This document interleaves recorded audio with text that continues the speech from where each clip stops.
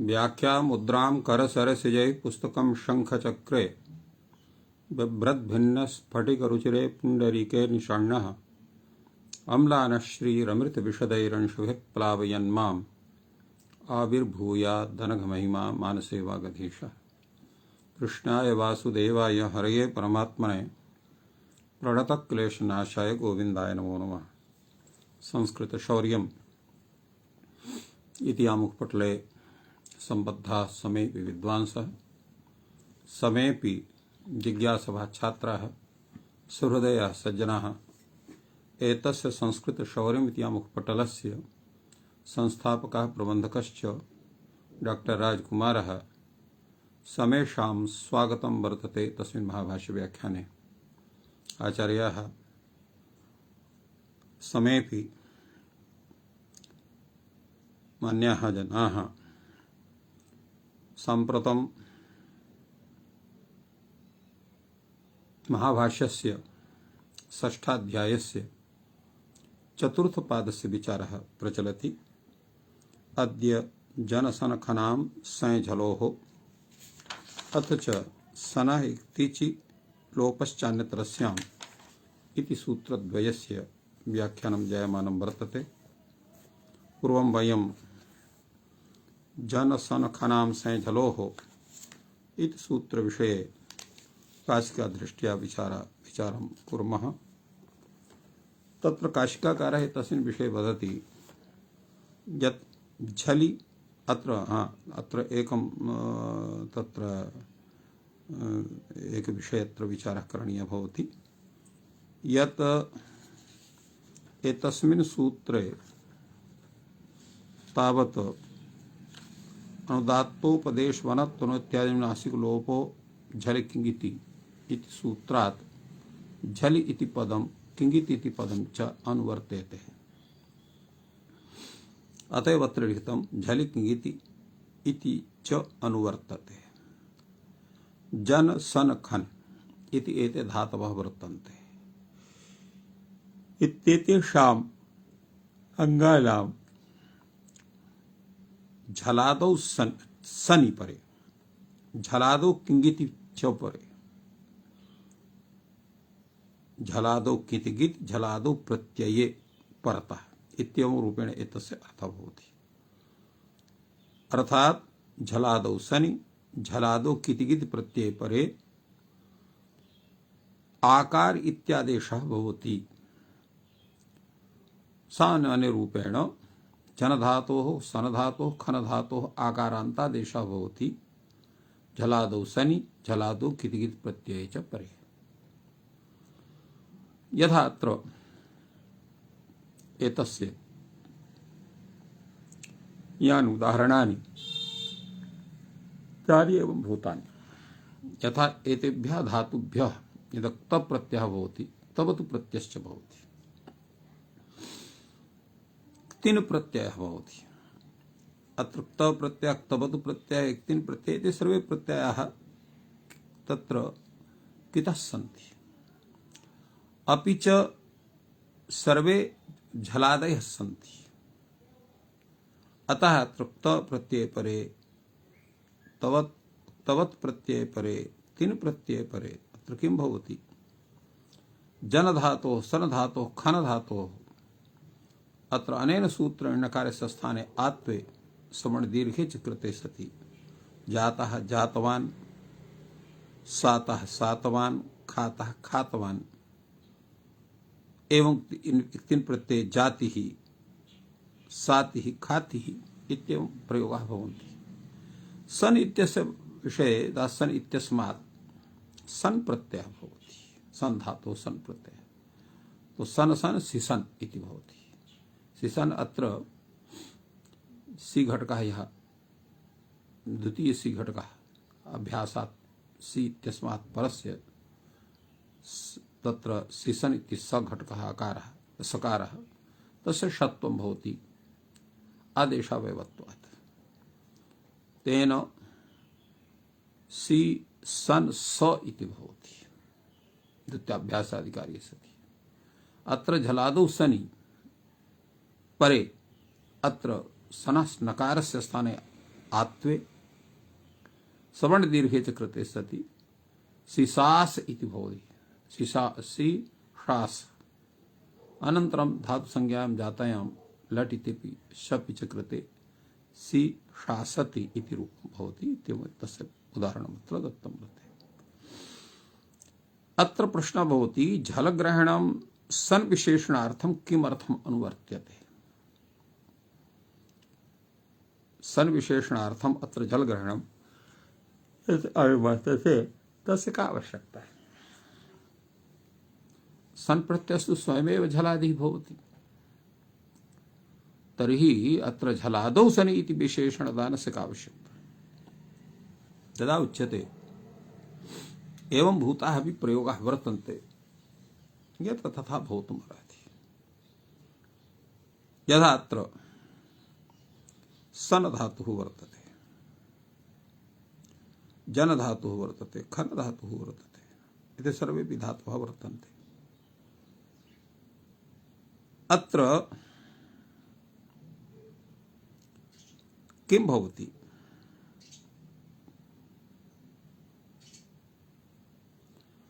अत्र यत्र इडागमः भवति, यतोहि अत्र सन धातोः अत्र इडागमः सन परे विकल्पेन भवति। तत्र कारणं किमस्ति इति विषये वयं विचारयामः।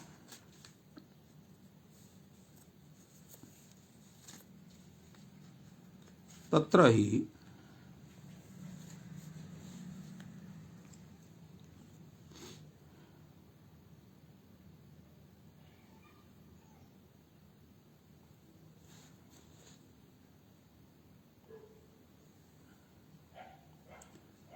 अत्र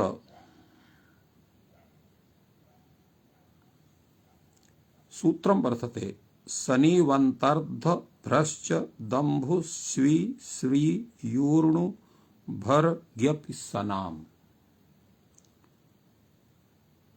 एवं अनेन सूत्रेण अत्र सनः विकल्पेन अडागमः भवति। तेन यदा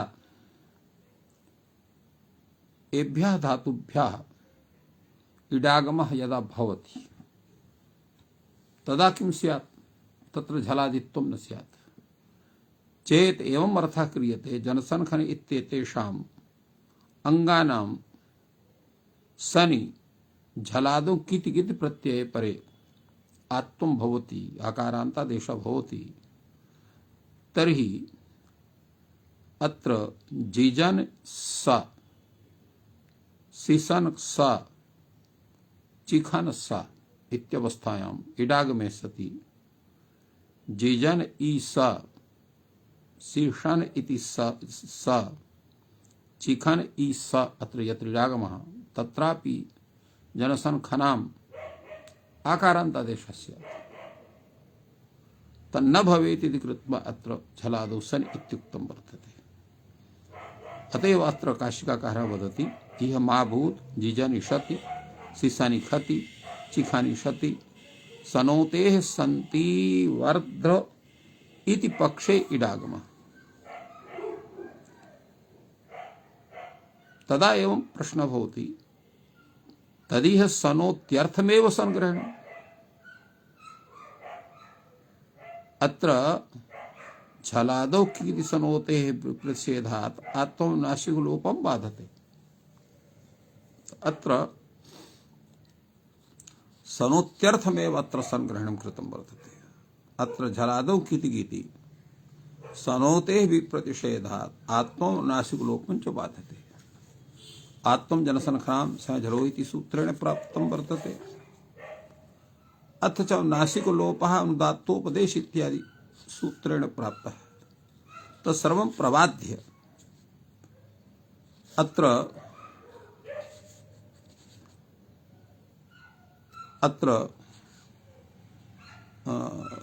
आत्मं नासिकलोपं बाधते। सनोतेः आत्मं तत्र आत्मं यद् नासिकलोपम् आत्मं नासिकलोपं बाधते, क्षमता। जलादो किल्किसन होते हैं विप्रतिषेधात् अनुनासिक लोपम आत्वम बाधते। अनुनासिक लोपस्य बाधकम भवति आत्मवित्यर्थः। भूमास्था गापा जहाति स्वाभाली इत्र हल ग्रहणमपि तत्र ज्ञापकम् अस्मिन् सिद्ध प्रकरणे विप्रतिषेधो भवति इति एवं रूपेण एतस्य ज्ञापकं भवति। तो इत्थम् अत्र काशिका ग्रन्थे एतस्य सूत्रस्य विषये अत्र विचारः सञ्जातः। अधुना वयं भाष्य दृष्ट्या एतस्मिन् सूत्रे विचार्यते। भाष्ये अत्र कीदृशः विचारः समागतः। भाष्यकारः अत्र भूयान् विचारं विदधाति। सः कथयति पूर्वम् अयमेव प्रश्नः अथ किमयं समुच्चयः सनि च झलादौ चेति। अत्र सन झलो इत्युक्तं वर्तते। तो सनि च परे झलादौ च परे इति अर्थः वर्तते। अथवा सन विशेषणं झल ग्रहणं सनि झलादौ अर्थात झलादौ सनि परे। कः अर्थात्र करणीयः। सनि परे झलादौ प्रत्यय च परे अथवा अत्र झल ग्रहणं सन विशेषणं झलादौ सनि परे। कथं भूतः अर्थः एतस्य सूत्रस्य करणीयः इति प्रथमः प्रश्नः अत्र भवति। अत्र भाष्यकारः तद्विषये किञ्चित् स्वीयं विचारं प्रस्तौति। यदि समुच्चयः सनि झलादौ अपि प्राप्नोति। यदि समुच्चयः सनि परे झलादौ प्रत्यय च परे आत्वं भवति तदा अझलादौ अपि सनि अत्र आत्वं स्यात्। सीसानिशति जिजानिशते चिखानिशति इत्यत्र प्रश्नः भवति सन विशेषणं झल ग्रहणं क्रियते तर्हि का हानिः। सन विशेषणं झल ग्रहणम् अर्थात् झलादौ सनि परे भवति तदा जातः जातवान् जाति इत्यत्र न प्राप्नोति। अत्र तु सन्नास्ति तर्हि अत्र जातः इति प्रयोगः जातवान् इति प्रयोगः जातिः इति प्रयोगः कथं सिद्धः स्यात्। तदा उच्यते यथा भवान् इच्छेत् तथैव करोतु यच्छेच्छसि तथास्तु। उच्यते अस्तु तावत् समुच्चयः क्रियते। सनि परे झलादौ प्रत्यय च परे।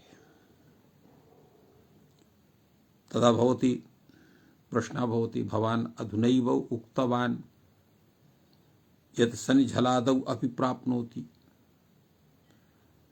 अझलादौ अपि सनि प्राप्नोति। उच्यते नैष दोषः प्रकृतं झल ग्रहणम् अनुवर्ततेन सर्वं विशेषयिष्यामः सनि झलादौ इति। अर्थात् अत्र प्रकृतसूत्रात् प्रकरण प्राप्तात् सूत्रात् तत्र झल इत्यस्य अनुवृत्तिर्भवति।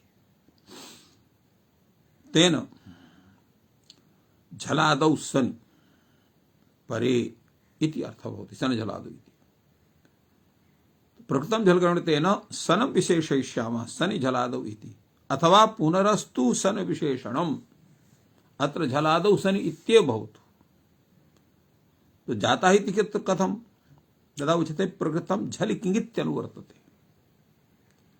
तो झलि किङिति इत्यनुवर्तते अर्थात् झलादौ कितिकिति प्रत्यये परे अपि भवति। अत्र तवतु तिच् इक्तिन् एते प्रत्ययाः झलादि कितिकिति प्रत्ययाः एतेषु परेष्वपि अत्र अत्वं भवति। अतएव अत्र जातः जातवान् खातः खातवान् सातः सातवान् इत्यादि प्रयोगाः भवन्ति। तदा प्रश्नः भवति यद्येव नार्थः झल ग्रहणेन यदा अत्र झल इत्यस्य अनुवृत्तिर्भवत्येव किङित् इत्यस्य अनुवृत्तिर्भवत्येव तर्हि सूत्रे झल ग्रहणस्य का आवश्यकता। जन सन खानां सनि इत्येव सूत्रवस्तु। उच्यते यद्देवं नार्थः झल ग्रहण जलग्रहणस्य आवश्यकता नास्ति। अत्र कथं योग विभागः करिष्यते। जनसनखनाम् अनुनासिकस्य आकारः भवति झलिकिङ् इति। जनसनखनाम् इत्यत्र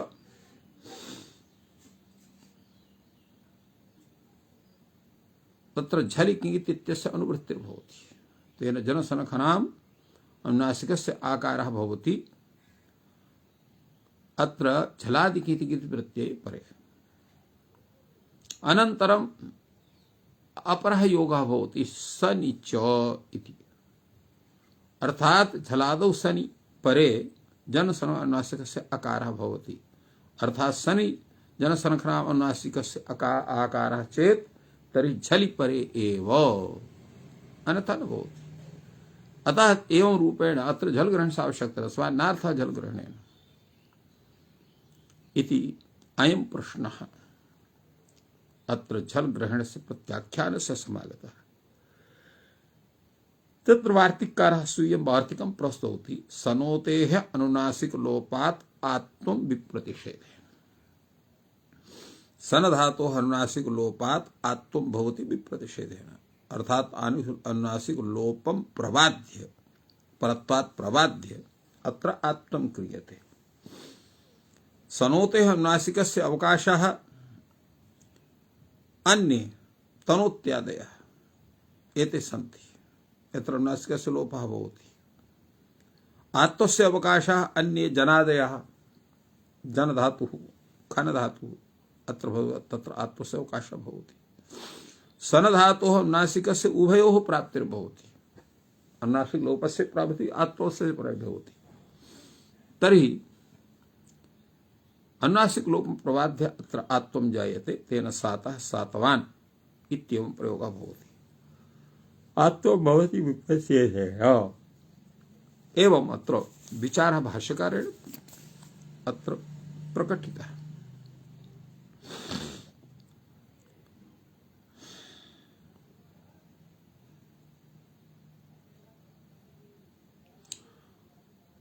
अत्र विषये अग्रे तावत् भाष्यकारः ब्रूते नैष युक्तः विप्रतिषेधः। अत्र यः विप्रतिषेधः भवता प्रदर्शितः स युक्तियुक्तः नास्ति। कथमिति उच्यते न हि सनोतेः अनुनासिक लोपस्य अन्ये तनोत्यादयो अवकाशः।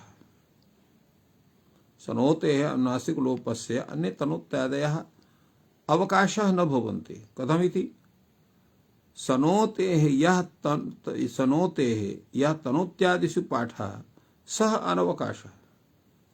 सनोतेः यः तनोत्यादिषु सन धातोः यः पाठः वर्तते स पाठः अनवकाशः भवति। अतः तस्य ग्रहणात् अत्र तथा न भवितुमर्हेत्। उच्यते न खल्वपि आत्मस्य अन्ये जनादयः अवकाशः सनोतेरेव यदात्ते ग्रहणं तदनवकाशम्। अर्थात अत्र आत्मस्य अन्ये जनादयः अवकाशः न सन्ति। कथं सनोते यद आत्मं ग्रहणं क्रियते तद अनवकाशं वर्तते। तस्य अनवकाशत्वात् अत्र विप्रतिषेधः अयुक्तः। विप्रतिषेधः कदा भवति यदा सर्वस्य अवकाशः भवति। अन्यत्र लब्धावकाशो एकस्मिन् उपप्रवृत्ति तुल्यबल विरोधः स विप्रतिषेधः। अत्र अनवकाशत्वात् तथा न भवितुमर्हेत्। तदा उच्यते एवं तर्हि तनोत्यादिषु पाठः तावत् सावकाशः। तनोत्यादिषु पाठः सावकाशः। प्रश्नः भवति कः अवकाशः। उच्यते अन्यानि तनोत्यादि कार्याणि अन्यानि भवन्ति। तनादिभ्यः तनादिक्रिभ्यः उः इति रूपेण तनादिभ्यस्तथा सो इत्यपि सूत्रं वर्तते।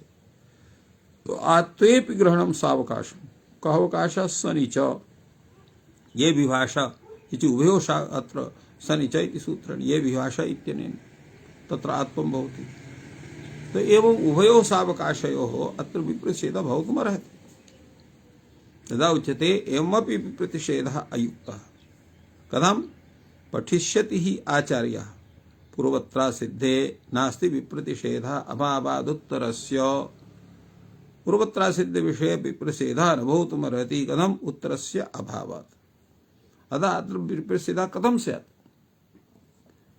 एतस्मिन् प्रश्ने अत्र भाष्यकारः कथयति एकस्य हि नामाभावे प्रतिषेधो न स्यात् किं पूर्णत्र उभयं नास्ति एकस्य हि नाम अभावे प्रतिषेधः न स्यात् कस्यचित् एकस्यापि चेत् अभावः भवति तर्हि प्रतिषेधः न भवितुमर्हति किं पुनः यत्र उभयोः नास्ति उभयोः अवकाशः नास्ति तर्हि विप्रषेधस्य तु सर्वथा अभावः वर्तते उच्यते नैष दोषः भवति हि विप्रषेधः अत्र विषेधः भवति प्रश्नः भवति किं वक्तव्यमेतत् अत्र विप्रषेधः भवति इति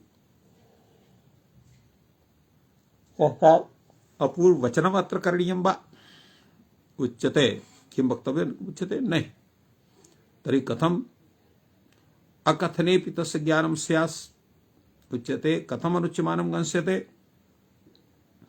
तदा उच्यते आचार्य प्रवृत्तिर्ज्ञापयति भवति इह विप्रतिषेधः आचार्य प्रवृत्तिर्ज्ञापयति अत्र विप्रतिषेधः भवति कथं ज्ञापयति आचार्य प्रवृत्ति यदयं घुमास्था जापाति सहाम हलि इति अत्र हल ग्रहणं करोति तेन ज्ञातं भवति प्रश्नः भवति कथं कृत्वा ज्ञापकं कथं ज्ञापकत्वं तस्य जायते उच्यते हल ग्रहणस्य एतत् हलादौ इत्वं स्यात् हलादौ प्रत्ययपरे इत्वं भवति इति हल ग्रहणस्य प्रयोजनं गुमास्ता कापजहाति साम हल इति सूत्रस्य वर्तते यत्र हलादि प्रत्याहारस्तत्र न भवेत् इयमाभूत् गोदाः कम्बलदाः अत्र न स्यात् इत्थम् यदि चात्र विप्रतिषेधः न स्यात् इह हल ग्रहणम् अनर्थकं स्यात् तेन अत्र हल ग्रहणं चरितार्थं भवति प्रश्नः भवति अस्त्वत्र इत्वम् इत्वस्य असिद्धत्वात् अल्लोपः भविष्यति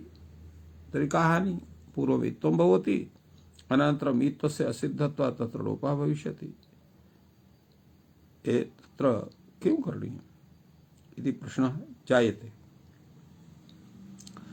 तद्विषये अत्र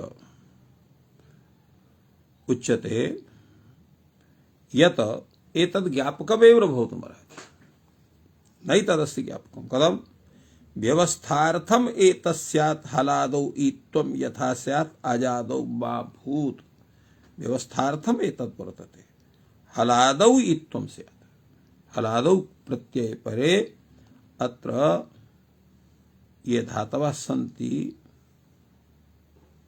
अत्र तेभ्यः अत्र इत्व विधानं भवतु भूमास्था गापा जहाति सालः घूक संज्ञक धातवः मा धातुः स्था धातुः गा धातुः पा धातुः अत्र एव हा धातुः ओहाक त्यागे जहाति एते धातवः सर्वेपि ये सन्ति तत्र व्यवस्थापार्थम् एतत् अत्र ज्ञापकं भविष्यति हलादौ इत्यौ यथा स्यात् अजादौ मा भूत् हलादि प्रत्यय परे इत्वं भवतु अजादि प्रत्यय परे न भवतु इत्यर्थः अत्र कैयटः अपि कथयति हल ग्रहणं ग्रहणस्य ज्ञापकं विघटयति प्रयोगः भवति अत्र असत्य विप्रषेधे गोदः इत्यादि न सिद्ध्यति कृते इत्वे तु इयंगादेश प्रसंगात् तन्निवारणार्थम् अत्र हल ग्रहणम् अत्र ज्ञापकं न भवति अर्थात् चरितार्थं भवति तत्र तेन गोदः अत्र न भवति इत्थम् अग्रे तावत् अत्र भाष्यकारः विचारं प्रस्तौति ननु च असिद्धत्वात् एव इयंगादेशः न भविष्यति अत्र इत्वस्य असिद्धत्वात् इयंगादेशः न भविष्यति अतः न कश्चन दोषः इति कश्चन शंकते तद्विषये अत्र भाष्यकारः कथयति न शक्यम् इत्वम् इयंगादेशे असिद्धं विज्ञातुम्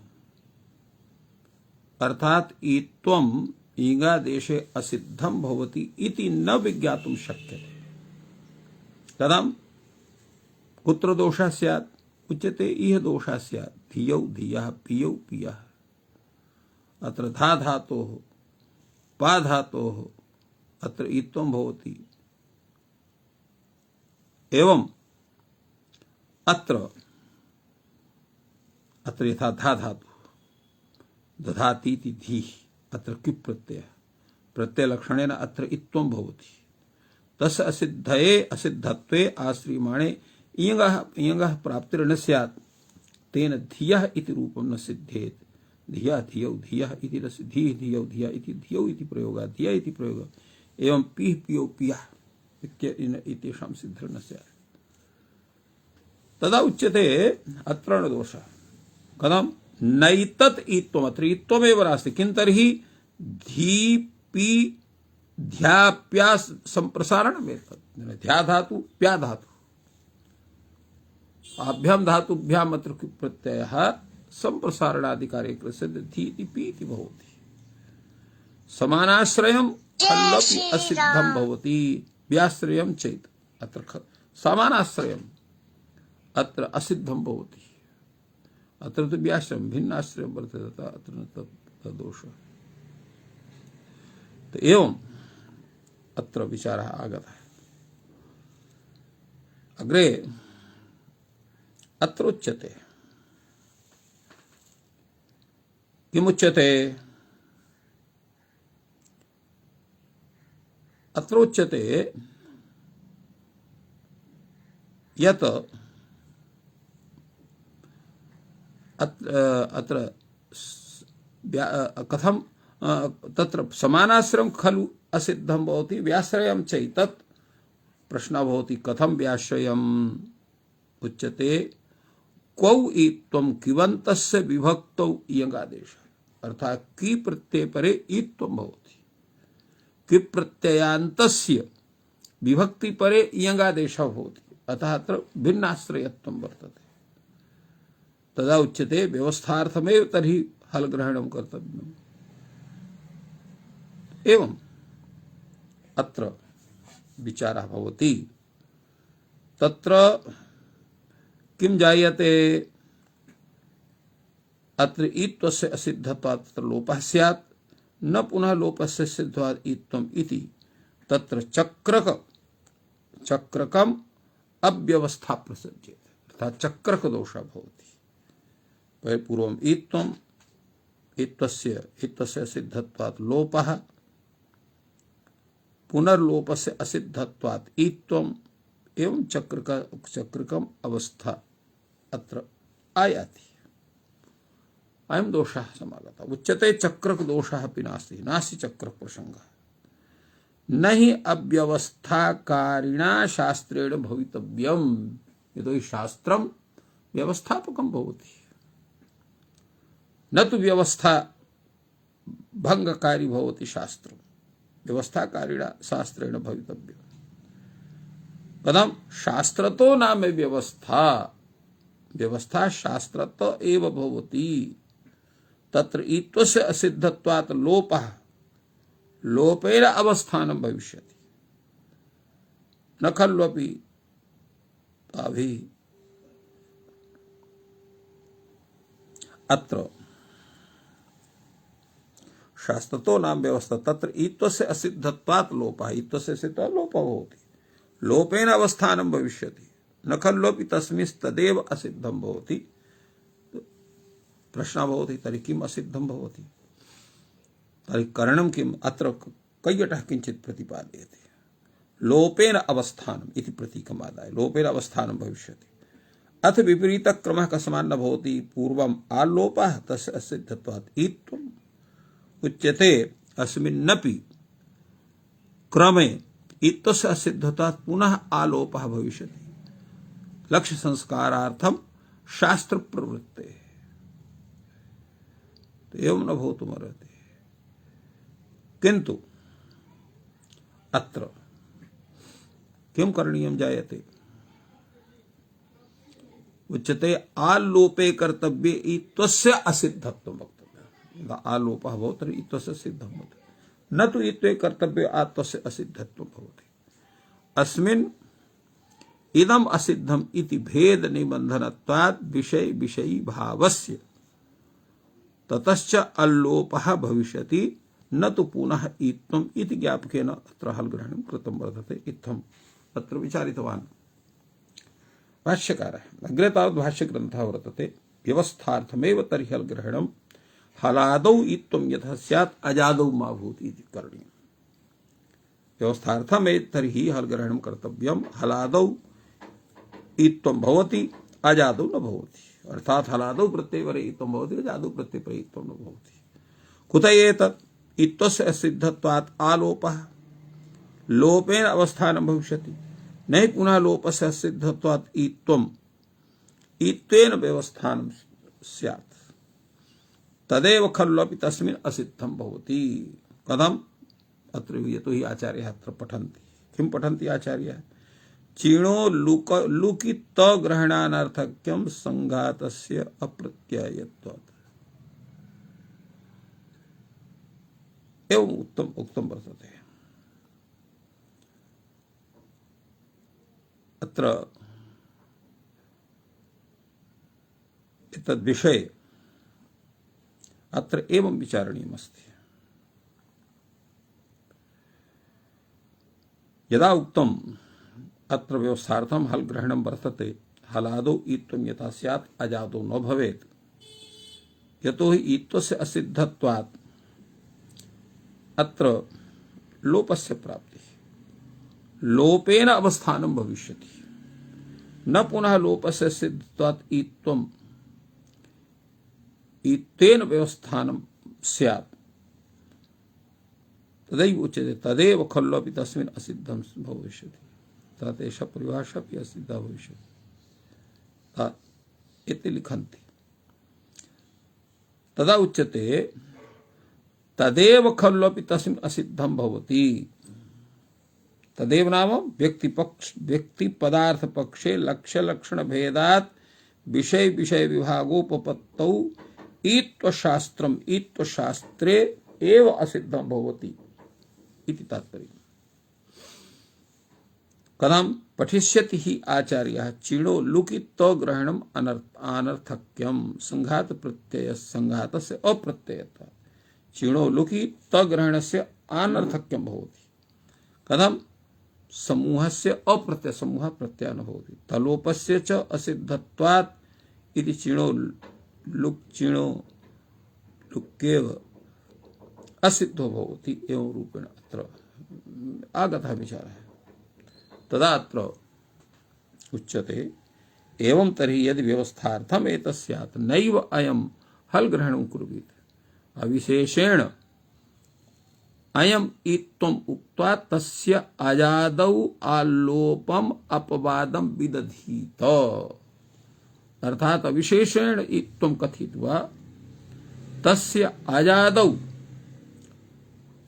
आलोपम् अपवादं विदधीत। अर्थात तत्र अपवादः भविष्यति। तदेतत् कथम् इदमस्ति आत्मलोपः भवति आकारः लोपः ततः घुमास्ता जहाति संहति सूत्रं भवति लोपः भवति अजादौ किति गिरि इति सूत्रं। प्रश्नः भवति किमर्थं पुनः इदं शास्त्रं वर्तते। तदा उच्यते ईत्वं पक्षे तद् बाधनार्थम् ईत्वम् अत्र आत्मस्य बाधनार्थं वर्तते। ततः ईत् इति ईच्च भवति घ्वादीनां ईत्वं भवति तथा एर्लिंग इति भवति। अनन्तरं वान्यस्य संयोगादि इति सूत्रम् अनन्तरं न ल्यपि इति सूत्रम् अनन्तरं मयते हृदन्यतरस्याम् इति सूत्रम् ततः यति इति सूत्रं वर्तते। यति च ईत् भवति सः अयम् एवं लघ्यस्यानेन सिद्धस्य यत् हल ग्रहणं करोति गरीयांसं यत्नम् आरभते तत् आचार्यः अत्र ज्ञापयति यत् अत्र विप्रतिषेधः भवति सत् विप्रतिषेधे तस्य चारितार्थं जायते। तो एवं रूपेण अत्र विचारः अत्र एतस्मिन् जनसनखनां संझलोः इति सूत्रविषये विचारः अत्र भगवता भाष्यकारेण कैयटेन नागेशेन च अत्र विहितम्। अग्रे तावत् सूत्रं वर्तते सनः तिच लोपश्चान्यतरस्याम्। अत्र विषये कीदृशः विचारः काशिका ग्रन्थे पूर्वं विचार्यते अनन्तरं भाष्यदृष्ट्या विचारः भविष्यति।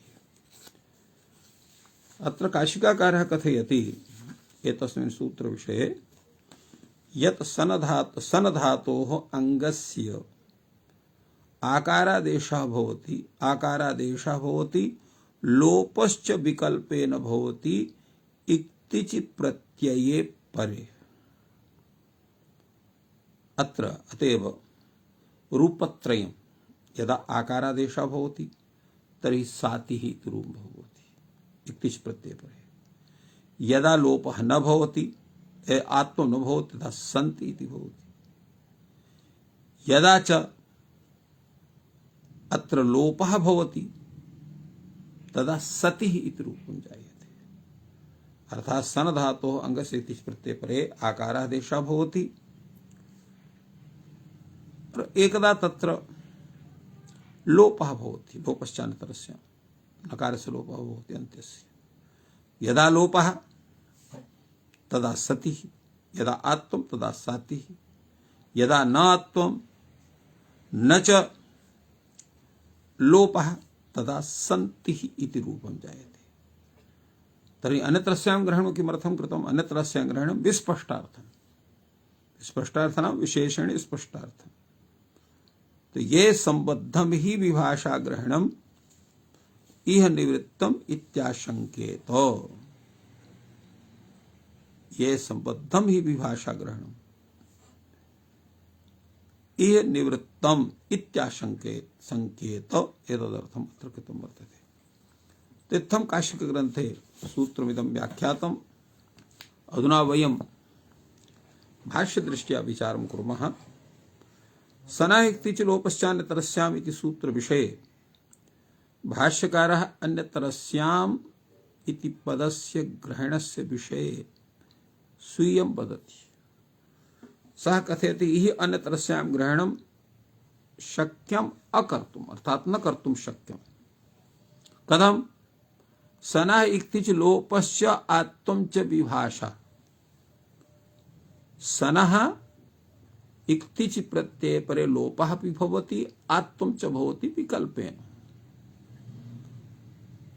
अनेन किं भवति? रूपत्रयं सिद्ध्यति। सातिः अपि भवति, सतिः अपि भवति, सन्ति इति भवति। तच्च सनः इक्तिचि लोपस्य इत्येतावपि सूत्रे सिद्धे ये विभाषा इत्यतः यद् विभाषा ग्रहणानुवृत्तिर्भवति तेन एवं क्रियते। इह अन्यतरस्य ग्रहणस्य आवश्यकता न वर्तते। अपराः सर्वः एव अयं योगः शक्यः अवक्तुम्। वस्तुतः तु सनः इक्तिच लोपश्चान्यतरस्याम् इति सूत्रस्य आवश्यकता न भवति। कथं? यह लोपोऽपि प्रकृतः, आत्वमपि प्रकृतं, विभाषाग्रहणमपि प्रकृतम्। अर्थात् लोपः अपि अनुवर्तते, आत्वमपि अनुवर्तते, विभाषाग्रहणमपि निवर्तते। तत्र केवलम् अभिसंबंध मात्रं कर्तव्यं भवति। सनः इक्तिच लोपश्च आत्वं विभाषा। फलतः एतस्य सूत्रस्य वस्तुतः प्रत्याख्यानं भवति इति कथनस्य आशयः। अत्र एतद् विषये किञ्चित् विचारयामः। अत्र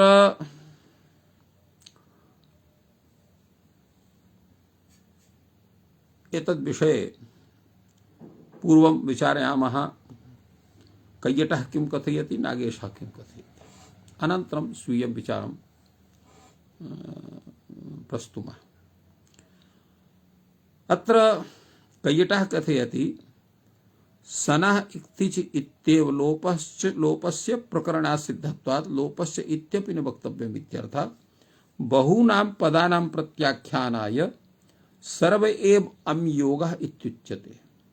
सर्व योगः शक्यः वक्तुम् इत्युच्यते।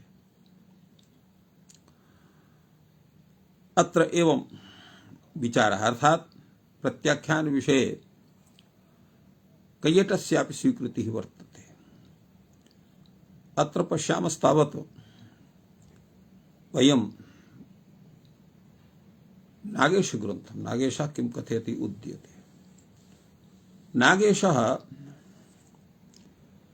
अत्र कथयति यत् बहूनां पदानां प्रत्याख्यानाच सर्व एव योगः इति एवं रूपेण उक्तवान्। बहूनाम् इति कैयट प्रतीकमादाय अत्र नागेशः कथयति।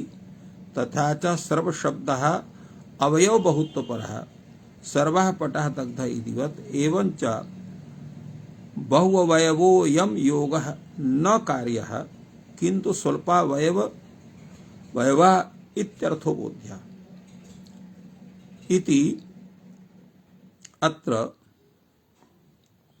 उक्तम्। अपर आह इत्यनेन उच्यते अपर इत्यनेन अरुचिः सूचिता, अर्थात अपर आह इति यः ग्रन्थः सः भाष्य तात्पर्यकः नास्ति, भाष्यकारस्य एतत् तात्पर्यं नास्ति यत् एतत् सूत्रस्य प्रत्याख्यानं भवेत्। सर्व अतएव अत्र अपराहित्यनेन अरुचिः सूचिता तद्बीजं तु लोपस्य प्रकृतत्वेपि विच्छेदात् मण्डूगतिः स्यात् इति शब्दगौरवात् अर्थगौरवं प्रबलमिति तत्कृत्वा अनन्तरिक्तिचः लोपाभावाय अस्य इति प्रधान परामर्शोक्तम् इति बोध्यम्। अर्थात् सनहिक्तिच लोपश्च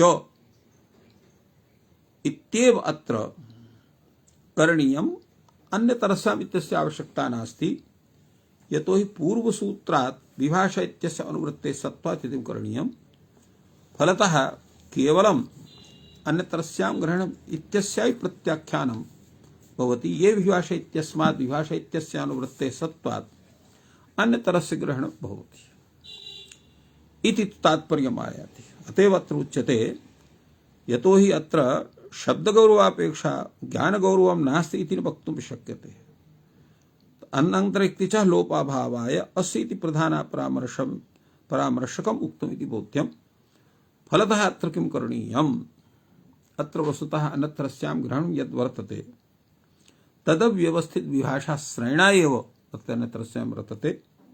अतएव कुत्रचित् भवति कुत्र न भवति इति व्यवस्थित विभाषाम् आश्रित्य अत्र अन्यतरस्यां ग्रहणमपि अप्रत्याख्यातं भवितुमर्हति इति वयं विचारयितुं शक्नुमः। अत्येव विरम्यते। सर्वेभ्यो नमः। जयतु संस्कृतं, जयतु भारतम्।